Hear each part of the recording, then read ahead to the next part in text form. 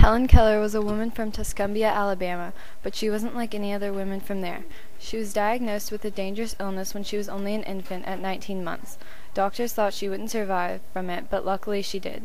This terrible illness left her deaf and blind before she even learned to speak. They thought that it might have been the scarlet fever. As Helen Keller grew older, she became wild and unruly, and did not understand anything around her. Helen became a very difficult child, smashing dishes and lamps and terrorizing the whole household with her screaming and temper tantrums. Relatives thought she should be put into an institution. On a March day in 1887, she began the road to her new life. Her family was desperate to find some help for their daughter. She was around 7 years old when Anne Mansfield Sullivan came to teach young Helen. Miss Sullivan was a 20-year-old graduate of the Perkins School for the Blind.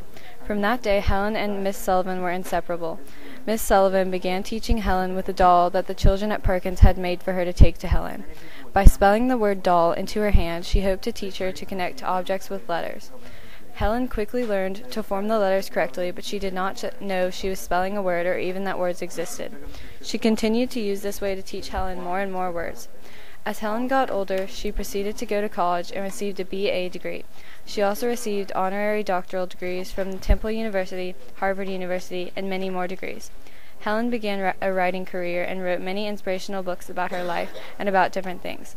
Helen received numerous awards in her lifetime, and an entire room called the Helen Keller Archives at the American Foundation for the Blind in New York City is devoted to their preservation.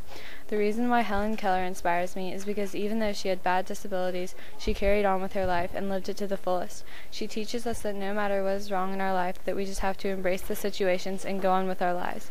She couldn't see or hear, and yet she could still talk, write, and read. She even went to college, wrote nearly a dozen books, traveled all over the world, met 12 U.S. presidents, and lived to be 87.